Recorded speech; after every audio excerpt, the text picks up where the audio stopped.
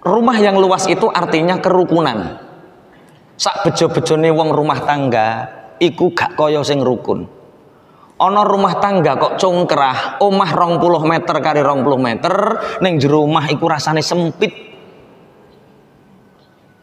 Ana wong lanang muleh jengkelak balik ora sida mlebu omah, ternyata musuhe urung turu, Pak. Bojone urung turu langsung balik neh. Padahal rumahnya itu seluas 20 kali 20 meter. Omah 20 meter kali 20 meter ora iso cukup tinggoni wong sing ora rukun. Sing nomor loro kudu iso hifdzul lisan. Hifdzul lisan itu menjaga omongan. Kenapa di awal tadi mukadimah ampun kula sampaikan universitas semakin banyak, gelar orang semakin tinggi, tapi perceraian semakin merajalela. Bahkan Jawa Timur ini di Indonesia nomor berapa angka tertinggi perceraian. Itu menunjukkan bahwa mereka hanya belajar ilmu tapi tidak belajar budi. Mereka hanya meningkatkan skill akliyah, otak semakin cerdas tapi tidak belajar menghargai, tidak belajar memaafkan, tidak belajar menghormati. Itu yang hilang kita akhir-akhir ini. Dulu mungkin orang sekolahnya hanya SR tapi bisa menghargai, bisa memaafkan dan bisa menghormati. Ternyata sekarang orang semakin tinggi jabatan, semakin tinggi gelar, itu semakin sulit untuk memaafkan.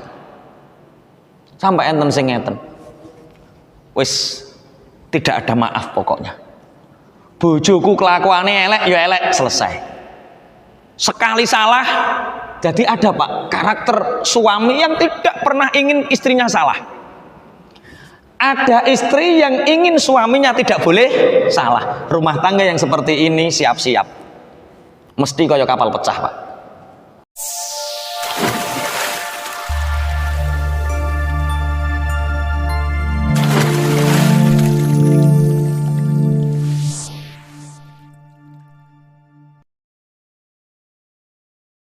Alhamdulillahilladzi khalaqa kulla syai'in azwaja. Wassalatu wassalamu ala sayyidina Muhammadin nuril huda wa syamsid duha wa badrid duja wa ala alihi wa ashabihi alladzina hum ahlut tuqa wan naqa wan najah, amma ba'da.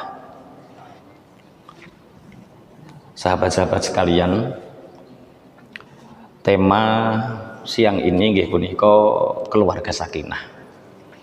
Ini kami kutip dari kitab Tanqihul Qaul Shahifah 40 tentang kitabun nikah. Juga kami kutip dari kitab Adabul Islam fi Nidhamil Usrah, etika Islam di dalam rangkaian rumah tangga. Rasulullah sallallahu alaihi wasallam dawuh, at-tazwiju barakatun. Di dalam pernikahan itu ada keberkahan. Semua orang nikah, sedaya wong nikah niku ngarepno keberkahan. Keberkahan niku tambah-tambahi keapian. Ternyata memang leres kathah ingkang ngraosaken sak penak-penake wong Joko, sak penak-penake wong perawan niku ora kaya rumah tangga. Tapi ada juga sebagian yang merasakan jeri sapa barokah wong aku sejak rumah tangga uripku kaya ning neraka.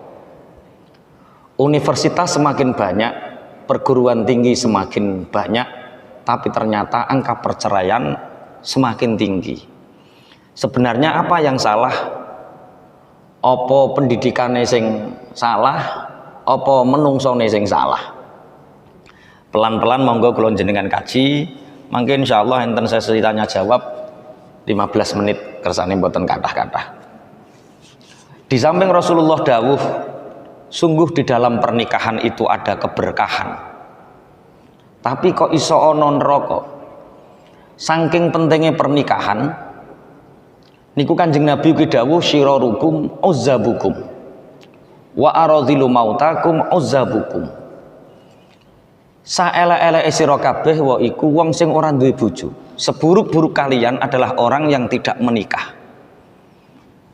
Sampai ngerti wong sing paling ala, yo wong sing durung nikah. Makanya ketika kita merasa mampu, segeralah menikah. Kok ana wong kok ora nikah niku sak elek-eleke wong. Nikah itu gampang. Cukup ada dua saksi ada calon mempelai laki-laki dan perempuan, ada wali, ada mas kawin, ada ijab kabul sah. Nikah niku gampang, tapi sing angel gawe keluarga bahagia. Nikah iku hukumnya sunnah, tapi gawe keluarga bahagia hukumnya wajib. Makanya sekali rumah tangga, sekali kulon jenengan nikah niku urepe kudu bahagia. Sekali rumah tangga kita congkrah, ada gesekan, nyusahne wong akeh. Bapak susah, mertua susah, tonggo gitu melu susah. Masa bendino kok geger. Oh, nikah itu gampang, sing angel gawe keluarga bahagia. Lah, terus pripun carane gawe keluarga bahagia? Nah, ini pun boten sah kula terangke pun paham sedaya. Semua punya hak dan kewajiban. Sing penting wong lanang nglakoni kewajibane, wong wadon nglakoni kewajibane mesti bahagia. Kalau keluarga niku mboten bahagia, mesti ada satu hal yang dilanggar. Mbah perkara sing lanang ora tanggung jawab, mbah perkara sing wedok kurang nurut. Atau mungkin salah menempatkan dalil. Makanya ngaji ngeten iki ya kudu alon-alon, kudu hati-hati. Soalnya sekali salah dalil rusak, Pak. Yang laki-laki tolong jangan baca dalil atau hadis, jangan baca hadis yang mengatakan bahwa perempuan yang ketika suaminya hajat kemudian tidak mau melayani, maka sampai mulai malam sampai pagi sampai suaminya belum ridho, maka Allah, malaikat, seluruh isi dunia melaknat istri itu. Dalil ini tolong jangan dibaca laki-laki. Iki nek sing maca sing lanang, Pak, bojomu terus dilaknati, terus mbok teror terus. Hadis ini yang baca harus perempuan. Sing lanang terus maca apa? Ar-rijalu qawwamuna 'alan nisa'i bima faddalallahu ba'dahum 'ala ba'd wa bima anfaqu min amwalihim. Iku kudu sing lanang sing maca. Dadi wong lanang kudu tanggung jawab. Ada 3 nafkah yang harus dipenuhi. 1, nafkah keluarga. Mulai dari sandang, pangan, papan, iku wong lanang. Terus nafkah istri khusus, softtek, apa maneh? Skincare, terus apa maneh? Ora tau nukokno sing lanang berarti iku. Iku nafkah istri. Iya, softtek, wedak, lipstik, wis pokoke bangsa-bangsa keperluane wong wadon. Itu nafkah istri khusus. Ada nafkah keluarga, ada nafkah istri. Yang ketiga nafkah batin. Ketiga nafkah ini wong lanang kudu maca. Yang perempuan tolong jangan dibaca ayat ini. Maksudnya dibaca boleh, tapi jangan menuntut. Kualik, sing wedok laki-laki harus tanggung jawab, sing lanang. Makanya ketika ada seorang suami datang kadang ke pondok, Pak Yai bojo kula mboten nurut. Lah kok iso gak nuruti sebabnya apa? Wis pokoke bojo kula niku wateke nggon-ngonane angel, ora tau nurut. Lah sehari sampean kasih nafkah berapa? 35.000. Ya bener ora nurut. 35.000 njaluk bojo nurut. Bojo nurut iku ya sedina paling ora 150. Nurut, Pak. Ki sing guyu kemekelen ora nurut to bojone sampean. Kalau istri tidak nurut itu tandanya ada salah satu nafkah yang belum dipenuhi. Kalau suami nakal itu berarti ada tanda hak suami yang diterima yang tidak dipenuhi oleh istrinya. Ada seorang suami yang suka ngopi di luar misalkan, bojoku ora tau mulih-mulih ngopi. Oh, berarti pertanyaannya warung kopi ini luweh sumeh tinimbang bojo wedoke ning omah, Pak. Ini kalau terjadi kesimpangan, makanya dalam tatanan itu ada namanya sakinah, mawaddah, warahmah. Sakinah itu ketenangan, ketenangan hati, ora geger, ora congkrah. Laki-laki ketika masuk rumah ada sakinah. Laki-laki ketemu istri sakinah. Sakinah itu ketenangan. Ketenangan itu dimulai dari apa? Dihasilkan dari apa? Sakinah itu dihasilkan dari ketaatan suami istri kepada Allah. Kok ono suami ora salat, setentram apapun, sebahagia apapun keluarga itu, pasti tidak ada ketenangan.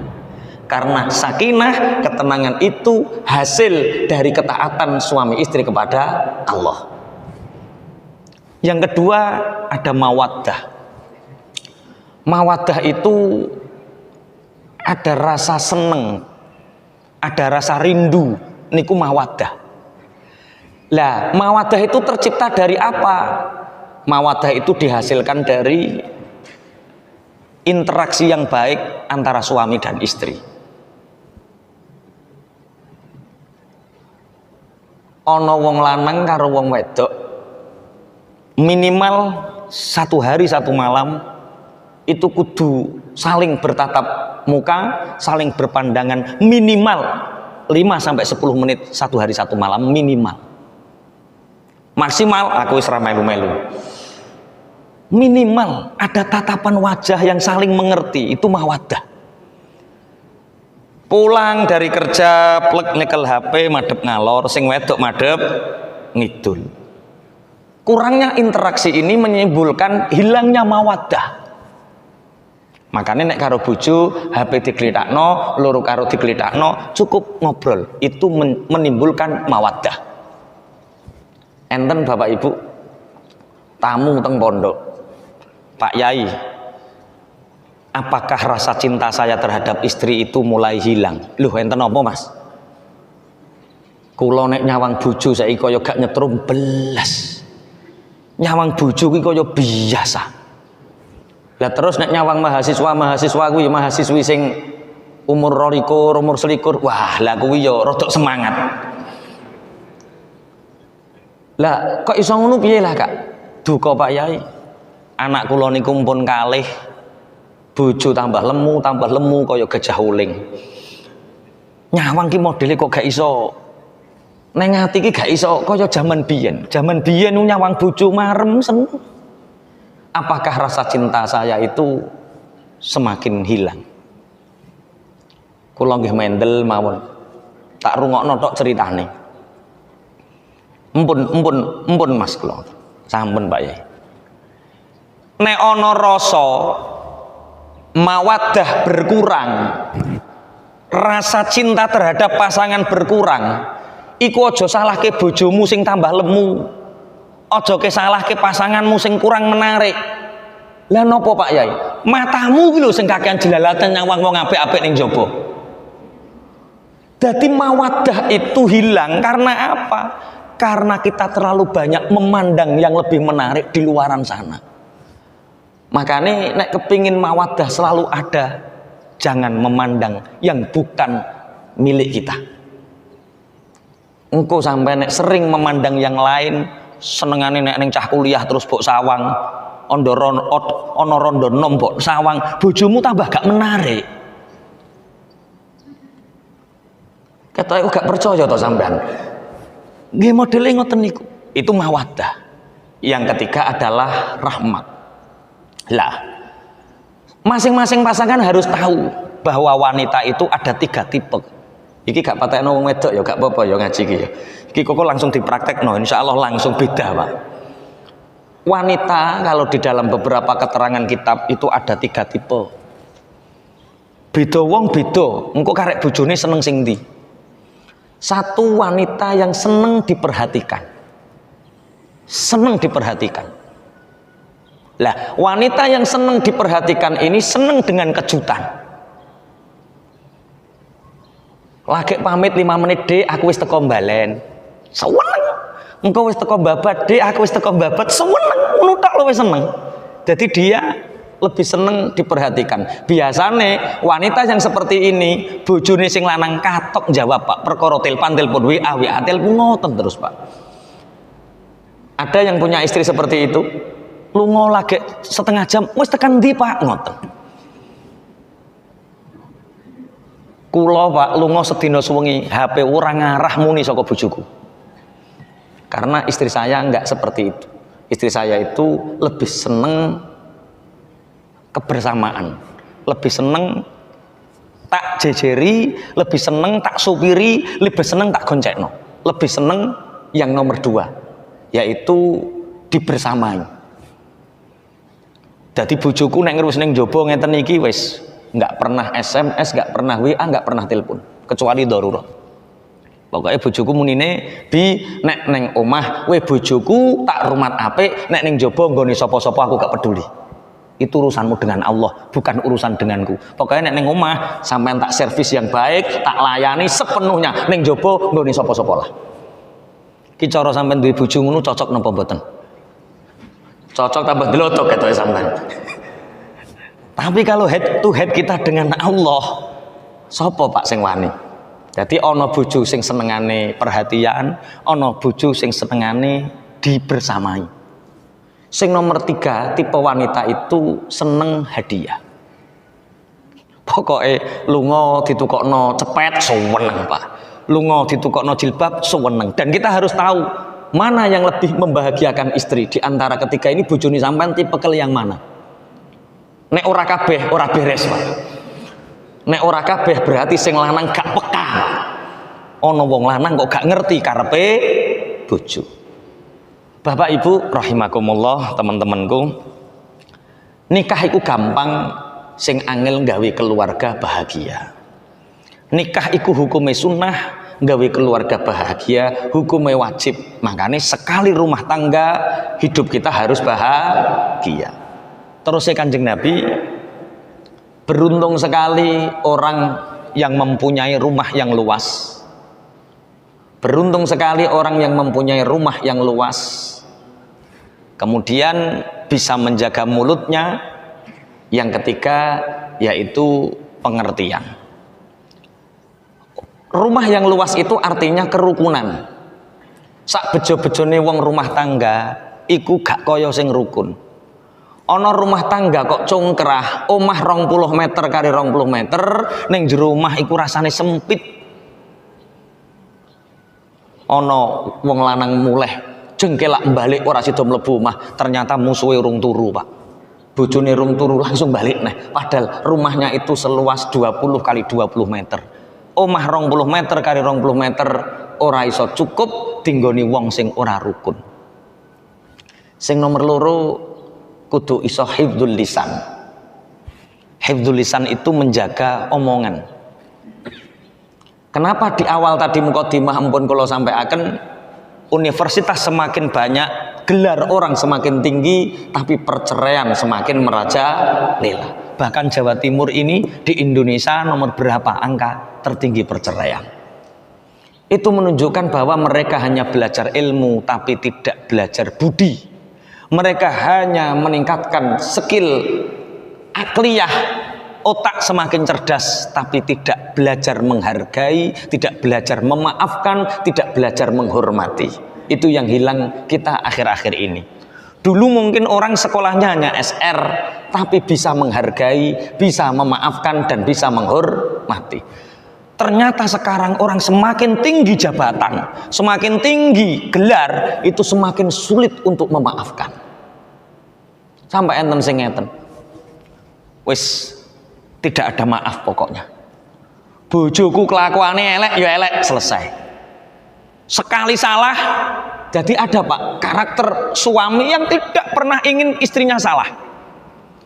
Ada istri yang ingin suaminya tidak boleh salah. Rumah tangga yang seperti ini siap-siap. Mesti kaya kapal pecah Pak. Makanya Allah menciptakan makhluk itu beda-beda.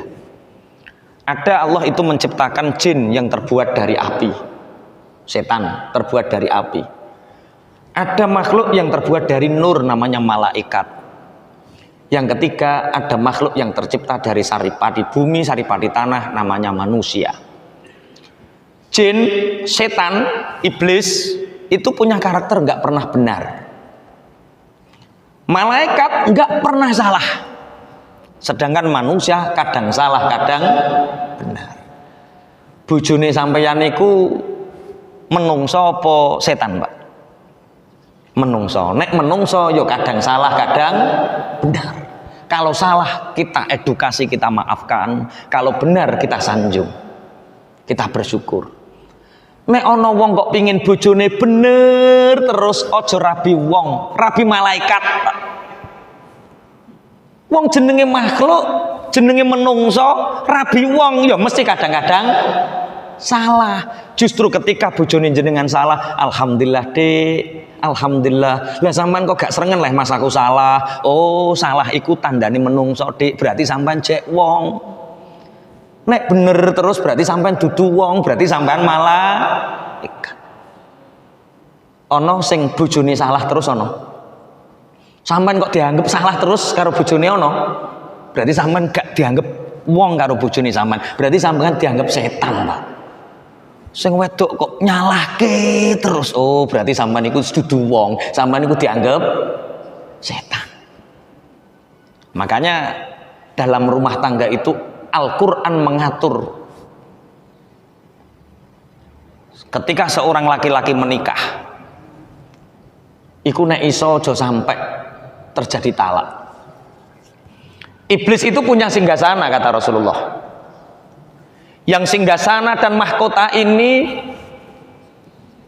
disayembarakan kepada junudu iblis, kepada pasukan-pasukan iblis. Siapa yang dosanya, siapa yang mampu melakukan, menjadikan manusia mampu melakukan dosa yang terbesar, dikasih singgasana dan mahkota sehingga dia pensiun untuk menggoda. Pensiun untuk menggoda manusia. Dia hanya memerintahkan menggoda, diangkat menjadi pemimpin tertinggi. Akhirnya ada yang lapor, wahai pimpinan iblis, aku bisa menggoda manusia untuk berzina. Tidak diberi mahkota, tidak diberi singgasana. Wahai pimpinan iblis, aku bisa menggoda manusia untuk membunuh. Tidak diberi mahkota, tidak diberi singgasana. Aku bisa membuat orang untuk meminum minuman keras, tidak diberi mahkota, tidak beri singgasana. Akhirnya ada pasukan iblis ini melapor, wahai pimpinan iblis, aku telah menggoda manusia sehingga dengan godaanku manusia ini bercerai, pisah suami dan istri. Akhirnya junudu iblis, pasukan iblis yang membuat keluarga bahtera rumah tangga ini bercerai, dikasih mahkota, dikasih singgasana. Cukup, mulai hari ini kamu sudah lulus dan kamu tidak usah menggoda manusia. Cukup kamu menjadi pemimpin para iblis. Apa alasannya? Menjadikan keluarga korat-karit, keluarga bercerai ini dosanya besar. Karena dari perceraian ini akan timbul anak, yang nanti anak ini bisa jadi membunuh, anak ini bisa mencuri, anak ini bisa mabuk, anak ini bisa, semua dosa dilakukan gara-gara dari perceraian. Bisa jadi laki-laki yang asalnya soleh karena bercerai menjadi linglung. Makanya hati-hati sekali. Makanya Rasulullah SAW dawuh, wanita yang hanya dengan sholat fardunya, dengan puasa Ramadannya, dengan dia taat kepada Allah, Rasul dan suaminya, hanya 3 ini baginya masuk surga. Tapi iblis ini nggak rela kalau ada wanita taat. Akhirnya iblis niki nggodho, piye carane wong wedok-wedok niku mbangkang. Padahal wong wedok niku mlebu swarga gampang.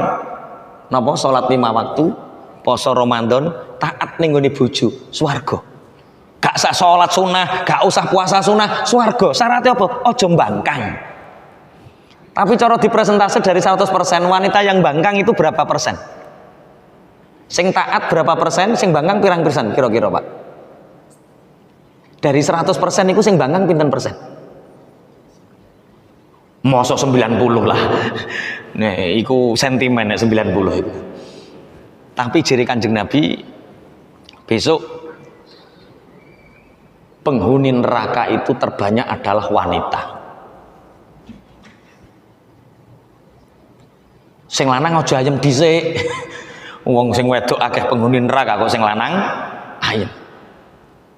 Kenapa? Karena ketidakridhoan wanita itu, ketidakridhoan terhadap berapa ma'isyah yang diberikan oleh suaminya. Ngersula nek dikai kurang. Ini yang menyebabkan nanti banyak wanita sing klebu neraka. Di samping membuka aurat, yaitu perkara kurangi ma'isyah dari suami. Makanya monggo keluarga kula jenengan sedaya dijaga jangan sampai terjadi perceraian. At-talaqu marratani fa imsakum bi ma'rufin aw tasrihum bi ihsan. Talak itu bagi laki-laki. Perempuan dicerai oleh suami namanya talak. Apakah istri boleh menceraikan suami? Boleh. Namanya khulu. Khulu itu permintaan istri kepada mahkamah pengadilan untuk minta cerai. Jadi cerai itu yang punya hanya suami. Dan suami punya talak ini hanya 2 kali. At-talaqu marratan.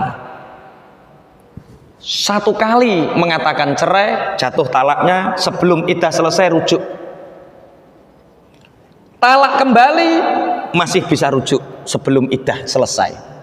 Tapi ketika sudah 3 kali mengatakan cerai, maka tidak boleh kembali suami istri ini kecuali si istri sudah menikah dengan laki-laki yang lain, namanya muhalil. Talak itu Bapak Ibu tidak usah menunggu pengadilan agama. Talak itu tidak harus menunggu surat keputusan pengadilan agama Mbah Mudin KUA sak pituruté. Tapi sekali ada laki-laki mengatakan, "Dek, kamu tak cerai," maka jatuh talak satunya. "Dek, kamu tak cerai," jatuh talak 2-nya. Maka yang ketiga sudah tidak boleh kembali. Lah talak itu ada 2 Bapak. Ada talak soreh, ada talak kinayah. Talak soreh itu apa? Mengucapkan kata-kata talak dengan jelas. Dengan niat atau tidak dengan niat jatuh talaknya. Contoh, "Dek, kamu tak cerai." "Dek, kamu sudah bukan istriku lagi. Kamu tak cerai, tak talak. Dek, sudah. Kamu bukan milikku dan bukan istriku lagi." Itu talak soreh. Dengan niat sengaja atau tidak dengan niat, sudah jatuh talaknya. Maka tolong bapak-bapak dijaga mulutnya. Semarah apapun kita, jangan sampai keluar talak. Yang kedua, talak kinayah. Ini tidak mengucapkan kata cerai, tidak mengucapkan kata talak. Tapi tujuan mengucapkan kata-kata itu menceraikannya. Harus dengan niat. Contoh melalui WA. "Dek, silahkan menggugat ke pengadilan." Kata-kata seperti itu, suami WA seperti itu, namanya talak kinayah. Kalau dia niat menceraikan maka jatuh talaknya. Kalau sekedar menakuti tidak jatuh talaknya. Misal contoh wong wedok, "Dek, aku zaman Joko Dek kerja ning pelabuhan ya ayem adem matiku, adem ayem. Sejak duwe bojo sampean kabeh kok mbok sekolahno Dek. Montor mbok sekolahke, sawah mbok sekolahke, omah mbok sekolahke Dek. Wis Dek, melu wong tuamu Dek, melu wong tuamu, wis melu wong tuamu." Ada seorang suami mengatakan melu wong tuamu dengan niat menceraikan, maka jatuh talaknya. Namanya talak apa? Kinayah. Maka tolong bagi teman-teman sing lanang, suami, tolong jaga lisannya, jangan sampai terjadi kata cerai. Tidak adil masa untuk menceraikan harus laki-laki. Kenapa wanita tidak boleh mencerai? Boleh wanita mencerai, tapi tidak langsung jadi, harus lewat pengadilan, namanya khulu. Menuntut cerai boleh, namanya khulu. Kenapa? Cerai itu miliknya suami, bukan milik istri. Karena kalau cerai niku diberikan kepada istri, maka sehari bisa jatuh 1000 kali cerai. Wong wedok iku nek kadung sumpek, apa yang dikatakan? "Mas, aku pegat wae, Mas." Nek kadung atine gak penak, "Wis Mas, aku dudu bojomu ngono. Wis, lepas Mas aku ngono terus, Pak." Lah iku umpama hak cerai dimiliki istri, 1000 kali Anda wis nikah 3 dino paling wis dicerai, Pak. Makanya beruntung laki-laki punya cerai, istri punya khulu namanya. Khulu itu mengajukan ke pengadilan, baru pengadilan menceraikan. Yang kedua, ketika kita menikah hindari yang namanya ilak. Walladzina yu'luna min nisaihim tarabbusu arba'ati asyhur. Fa in fa'u fa innallaha ghafurur rahim. Ilak itu apa Bapak Ibu? Ilak itu bersumpah atas nama Allah untuk tidak menggauli istri. Saking gelo Geloyo apa bahasa Indonesiane? Geting. Apa? Geting apa? Marah. Ada seorang suami marah sama istrinya, "Dek, demi Allah, Dek, kamu nggak akan pernah tak sentuh." Ketika ada suami saking marahnya mengatakan seperti itu, maka syariat agama memberikan batasan dua. Satu, ceraikan istrimu. Duwe bojo kok ora tau didemek, wis ben didemeki wong liya wae. Ceraikan saja, biar dinikah orang lain. Punya sawah kok nggak pernah digarap, nggak pernah diairi, biar diairi orang lain. Yang kedua, kalau tidak ingin terjadi cerai, maka sebelum 4 bulan, maka segera rujuk kembali. "Dek, Rene dek tak demek, Rene dek tak demek." Tapi sebelum demek, kudu puasa 3 hari berturut-turut, namanya kafaratul yamin, puasa tebusan sumpah. Makanya tolong, kalau nggak rukun sama istri, jangan pergi ke luar negeri. Kalau sedang purek iyo bahasa Indonesia nih, purek. Ya paham ya purek ya. Purek iku neng-nengan. Ana wong lanang karo wong wedok neng-nengan, suami istri neng-nengan, jangan pergi jauh. Sebelum 4 bulan harus clear, selesai, rukun, Pak. Kalau ada suami menghindar, soalnya kata Pak, wong lunga ning Korea, lunga ning Jepang, lunga ning Arab Saudi, kabare hanya ingin cari uang, memperbaiki ekonomi, padahal lungone ku asline pengin unger-ungeren, menghindari unger-ungeren karo bojone, Pak. Iya, aku nek neng omah ketemu bojo ra mati tuwek, tambah jantungan. Lah ini tolong jangan sampai terjadi ilak. Ilak itu purek tidak boleh melebihi 4 bulan. Soalnya banyak orang yang keluar negeri hanya untuk menghindari, dan ini pernikahannya wallahu a'lam. Status pernikahan secara syariat wallahu a'lam bagaimana. Yang ketiga, jangan sampai zihar. Walladzina yudhahiruna min nisaihim tsumma ya'uduna lima qalu fatahriru raqabati min qabli ayatamasa. Zihar itu menyerupakan wajah istri disamakan dengan wajah mahram kita. Ibu, dulur, keponakan, bibi. 4 wanita yang haram dinikah, kemudian kita samakan wajah istri kita terhadap mereka, itu namanya zihar. Siapa yang melakukan zihar? "Dek, wajahmu mirip adikku. Dek, bodimu seperti bibiku. Dek, bentuk tubuhmu seperti keponakanku." Menyerupakan fisik istri terhadap salah satu 4 mahram ini namanya zihar. Kalau sudah terjadi zihar, tidak boleh ngumpuli bojo sebelum 1 memerdekakan budak.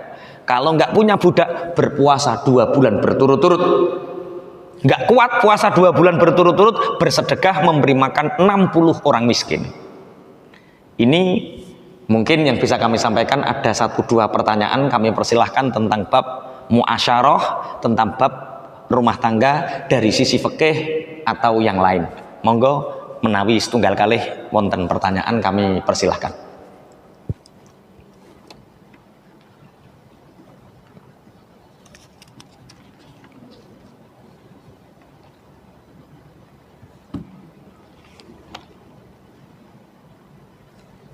Mboten enten?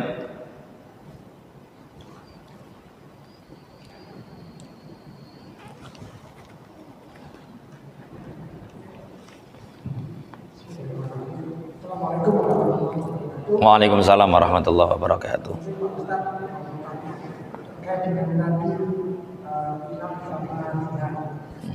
Bagaimana hukumnya kalau apa yang tadi disampaikan tadi tidak keluar secara lisan, tetapi sudah terbentuk di dalam hati, misalkan menyamakan dengan mahram.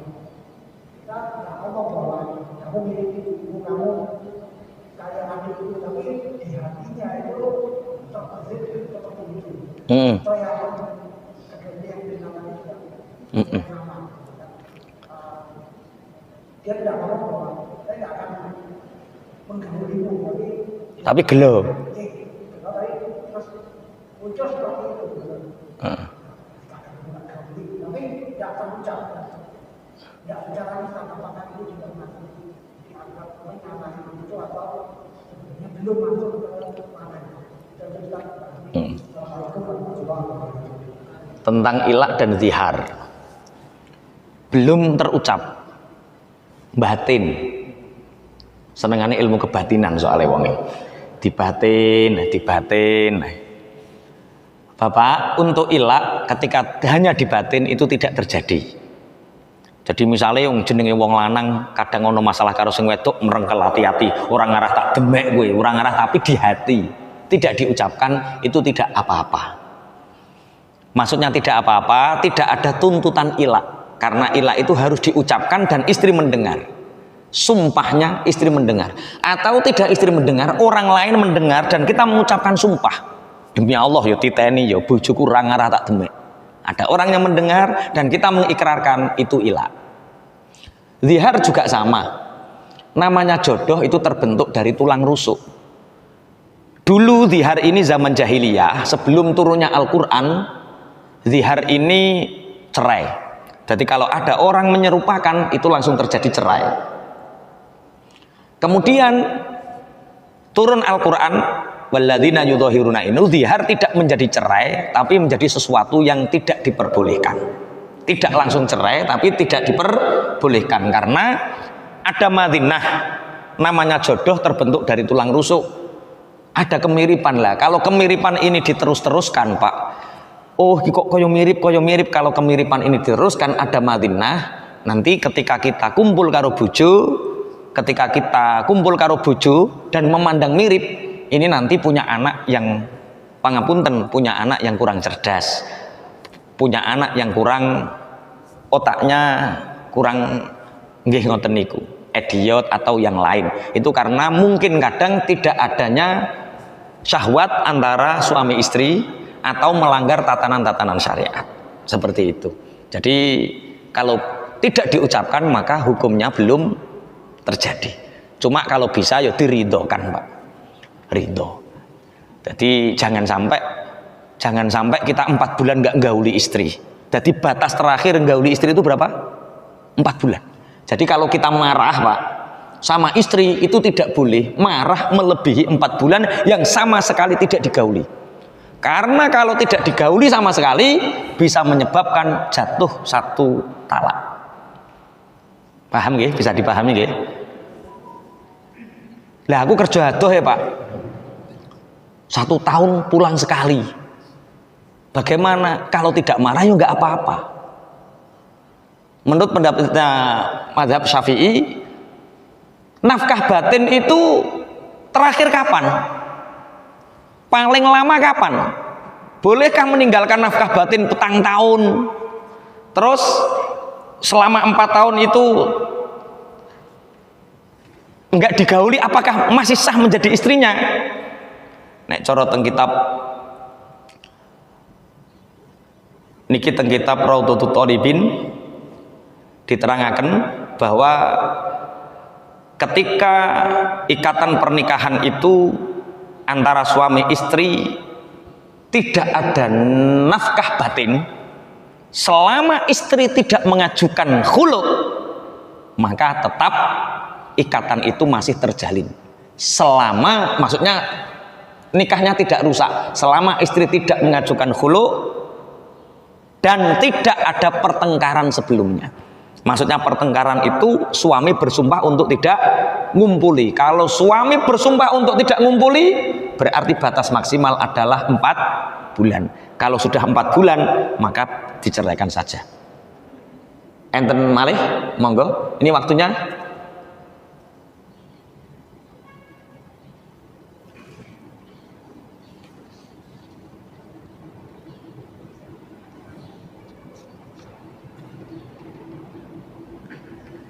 Sing ringan-ringan mboten napa-napa, aja sing angel-angel.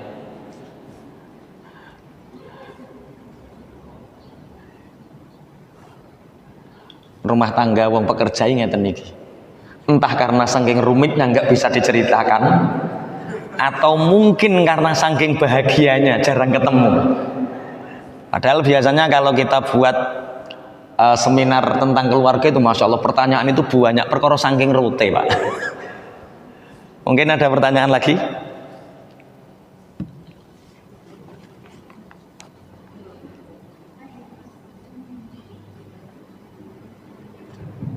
Assalamualaikum warahmatullahi wabarakatuh. Waalaikumsalam warahmatullahi wabarakatuh. Ustaz, saya mau nanya, tadi kan untuk kriteria untuk menjadi istri soleh, yang pertama kan ada cukup dengan sholat wajib, melaksanakan puasa, terus yang ketiga untuk berbakti pada suami.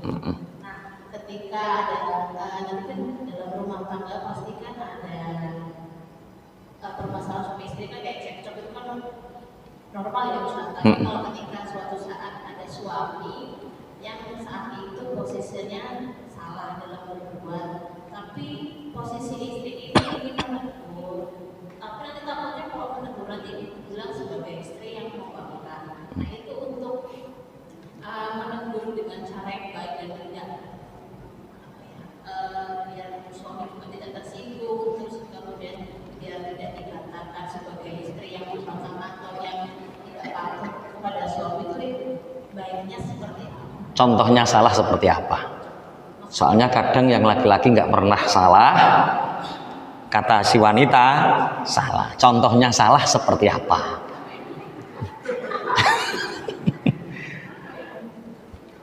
Soalnya para suami harus tahu bahwa istri itu maha benar ya, nggak ada ya istri salah itu nggak ada. Yang salah itu selalu suami. Biasanya Misal ya Mas, ini biasanya si pecuhan contohnya salah apa? menurut istri ya. Jadi kayak suami itu punya kegiatan di luar, misal Mancing. Mancing nah mulih-mulih nih.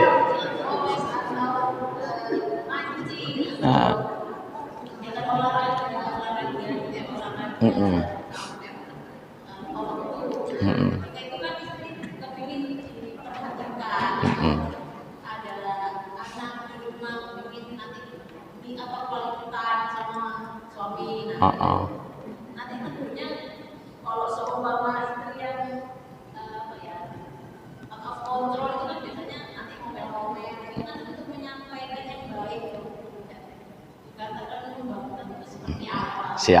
Siap. Bedakan antara penguasa dan kekasih. Penguasa itu mengatur, penguasa itu menyalahkan, penguasa itu wes pokoknya nek gak sesuai DE yang lain salah, itu namanya penguasa. Istri itu harus jadi kekasih, jangan jadi penguasa. Suami harus menjadi kekasih, jangan jadi penguasa. Kalau ingin jadi penguasa, maka pasti banyak terjadi kesalahan. Ngeten Bu, laki-laki itu punya karakter dasar. Dia ingin bebas nggak lama, setengah sampai 1 jam saja. Biar dia ngopi sama temennya, biar dia keluar sama temannya, itu iso ndadekno bojone sampean cerdas. Nek bojone sampean cerdas, ku rezekine akeh. Lah, kadang karena saking cintanya istri, itu bojone digondeli terus Pak. Nggak boleh ke sana, nggak boleh ke sini, nggak boleh kemana-mana Pak. Saya punya banyak teman pesantren yang tipikal istrinya berbeda-beda.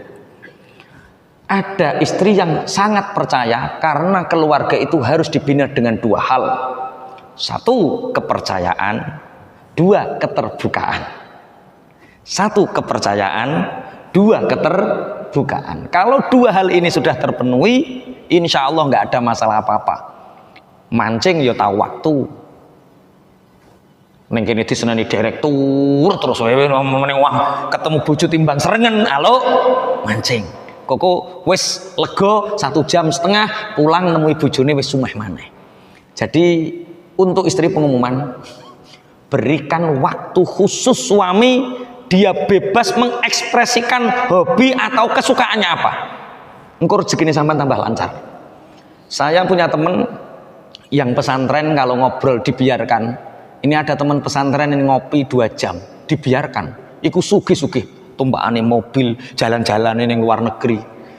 Tapi sing digondeli terus ngopi neh karo kancanem, hati-hati. Kebulet utang, Bu. Dadi kok ana bojo saiki rodok kakan kebelet utang, biasane terlalu digondeli bojone. Latihan ikhlas. Suami keluar dari rumah, plek, ya Allah, aku titip suamiku padamu ya Allah. Bersamai dia, ridhoi, mudahkan urusannya. Plek. Sampean pernah bojone metu mbok dongakno ngono ya? Ya Allah bersamai dia, ya Allah temani dia, ya Allah aku titipkan suamiku kepadamu ya Allah, ridhoi yang dia lakukan. Jauhkan dia dari yang engkau tidak ridhoi. Mas yo mancing neng ndi yo mancing yang diridhoi. Mas yo dia keluar dari yang diridhoi. Tolong, lah terus bagaimana cara memberitahu nek wis kebacut? Mancing kok pulang pergi pagi pulang petang misalnya, itu jenenge mancing wis kebacut. Kalau seperti itu ada dua hal. Istri solikah melakukannya, satu, kalau tidak berani mengucapkan karena dianggap pembangkang, tulislah surat. Surat ini yang indah, terus taruh di mana tidak ada orang yang tahu kecuali suami. Tanda tangan. Plek, suami akan membaca, iso ngerti karpe bojo. Rumah tangga congkrah itu karena gak ngerti karpe pasangan. Mulane Pak engko mantuk takoki karepmu piye to Bu? Karepmu piye? Takoki karpe. Soalnya kita hanya butuh waktu. Misalkan tulisan pi mbok yo mancing, tapi aja yo seharian ngono cah. Ada beberapa hal yang ditinggalkan, terus tanda tangan. Itu akan lebih indah. Saya pernah menjalani ini. Istri saya beberapa kali nulis surat. Ketika teman-teman pesantren saya, dulu ruang tamu beda, ruang tamu masih satu rumah, jadi istri bisa mendengarkan yang dibicarakan teman-teman tamu itu masih mendengar. Kalau sekarang tidak, sekarang ruang tamunya bebas, bahas poligami apa-apa bebas sekarang, karena istri di rumah sebelah. Dulu setiap ada teman-teman pesantren datang ke rumah, mesti bengi rodok cemberutan. Soalnya teman-teman itu pasti tanyanya, masih satu atau sudah tiga Pak? Wong sing takok konco pondok, aku nek jawab ya bojoku yo cek utuh kae. Bahasanya sepertinya saya ingin. Terus teman-teman, nah akhirnya istri saya itu nulis di surat, tulisannya seperti ini. Tolong kasih kehormatan terhadap saya. Kehormatan apa?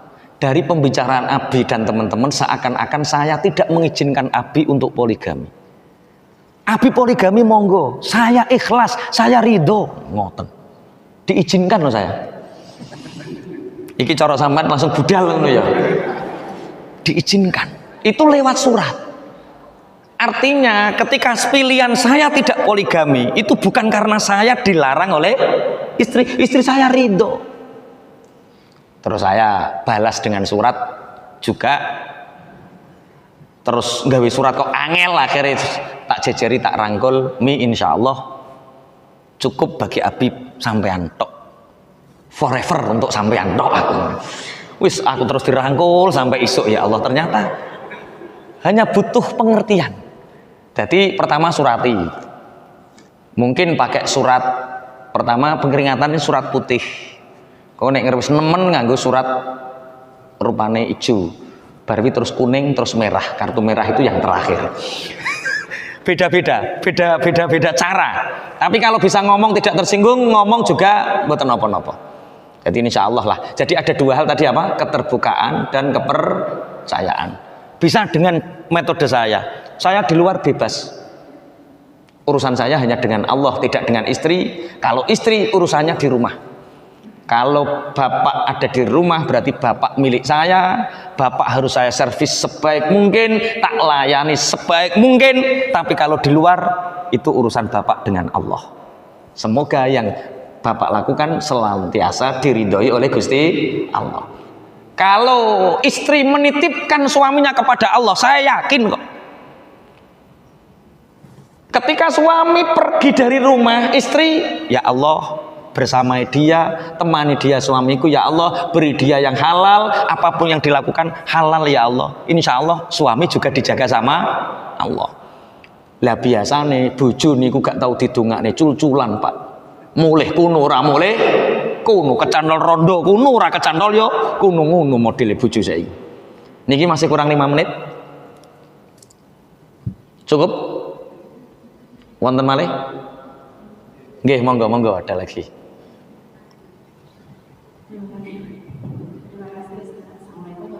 Waalaikumsalam warahmatullahi.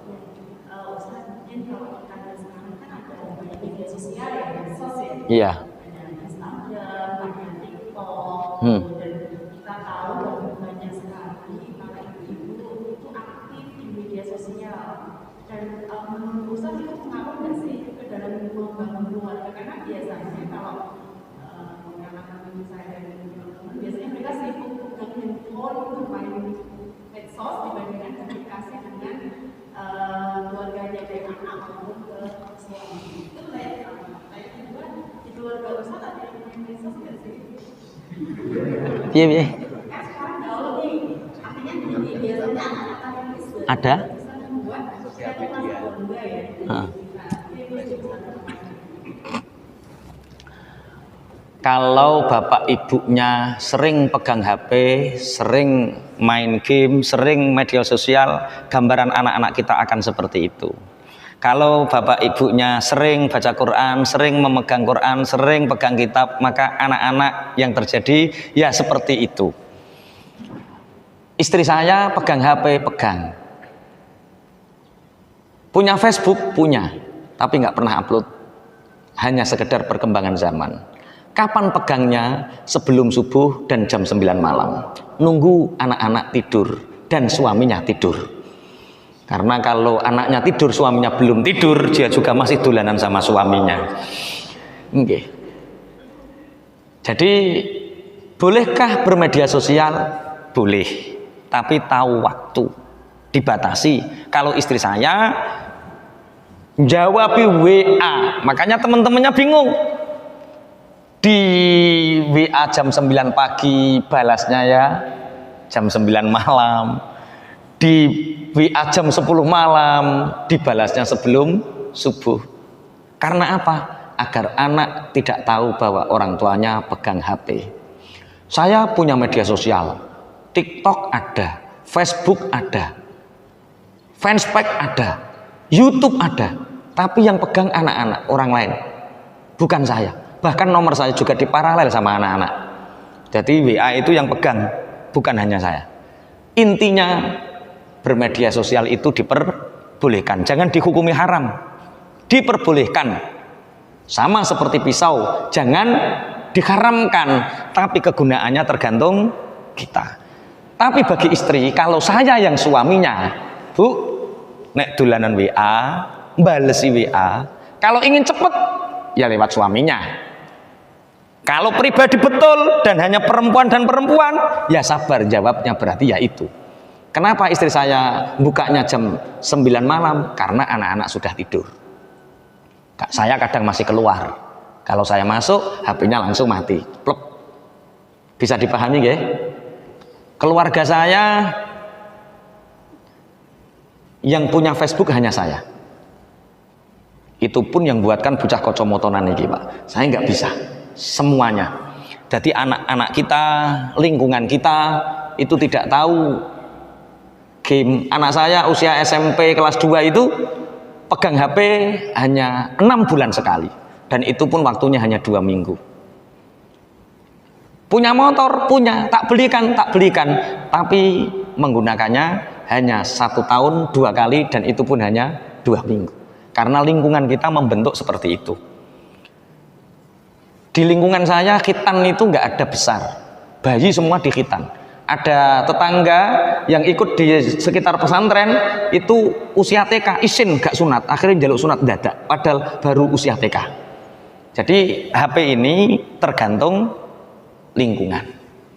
Nek keluarga saya yang punya media sosial Facebook hanya saya. Istri punya, tapi pegangnya jam 9 malam sama subuh. Jadi kita intens sama anak-anak. Yo dolanan wedi, dolanan lemah, gelimpungan, yo seperti itu. Dan seperti itu untuk menghafalkan berbagai macam kitab, menghafalkan Quran lebih cerdas. Kalau orang tuanya sering pegang Quran, otomatis anaknya taunya Al-Quran. Al-Quran. Kalau orang tuanya taunya game HP, maka anaknya dijamin taunya. Makanya sering dapat pertanyaan, Ustadz kenapa anak saya kecanduan HP? Itu nggak saya jawab, itu gambaran fotokopi orang tuanya. Bisa dipahami Bu nggih? Nggih. Sampun jam 1 kurang 2 menit. Mari kita berdoa bersama-sama. Semoga hajat kita dunia dan akhirat senantiasa dikabulkan oleh Allah. Apa yang kita jaga, apa yang kita imani sampai hari ini, semoga senantiasa dijaga oleh Allah. Keluarga kita senantiasa dijaga oleh Allah. Anak-anak kita senantiasa dijaga oleh Allah, selalu dalam lindungan dan rel kaedah-kaedah yang ditetapkan oleh Allah. Al-Fatihah. A'udzubillahi minasyaitonir rajim. Bismillahirrahmanirrahim. Alhamdulillahirabbil alamin arrahmanir rahim maliki yaumiddin iyyaka na'budu wa iyyaka nasta'in ihdinas siratal mustaqim siratal ladzina an'amta 'alaihim ghairil maghdubi 'alaihim waladdallin. Bismillahirrahmanirrahim. Alhamdulillahirabbil alamin. Hamdan yuafi ni'amahu wa yukafi'u mazidah ya rabbana lakal hamdu kama yanbaghi li jalali wajhikal karim wa 'azimi sultanik. Shalatu wassalamu ala sayyidina Muhammadin alhamdulillahirabbil alamin.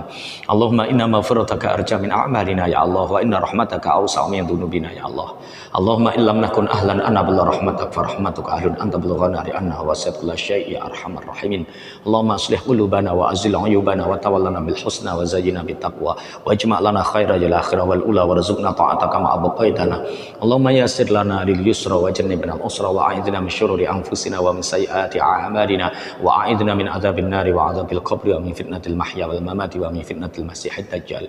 Rabbana atina fid dunya hasanah wa fil akhirati hasanah wa qina adzabannar. Wa sallallahu ala sayyidina Muhammadin subhana rabbika rabbil izzati amma yasifun wa salamun ala mursalin walhamdulillahi rabbil alamin. Bismillahil Fatihah. A'udzubillahi minasyaitonir rajim. Bismillahirrahmanirrahim. Iyyaka na'budu wa iyyaka nasta'in.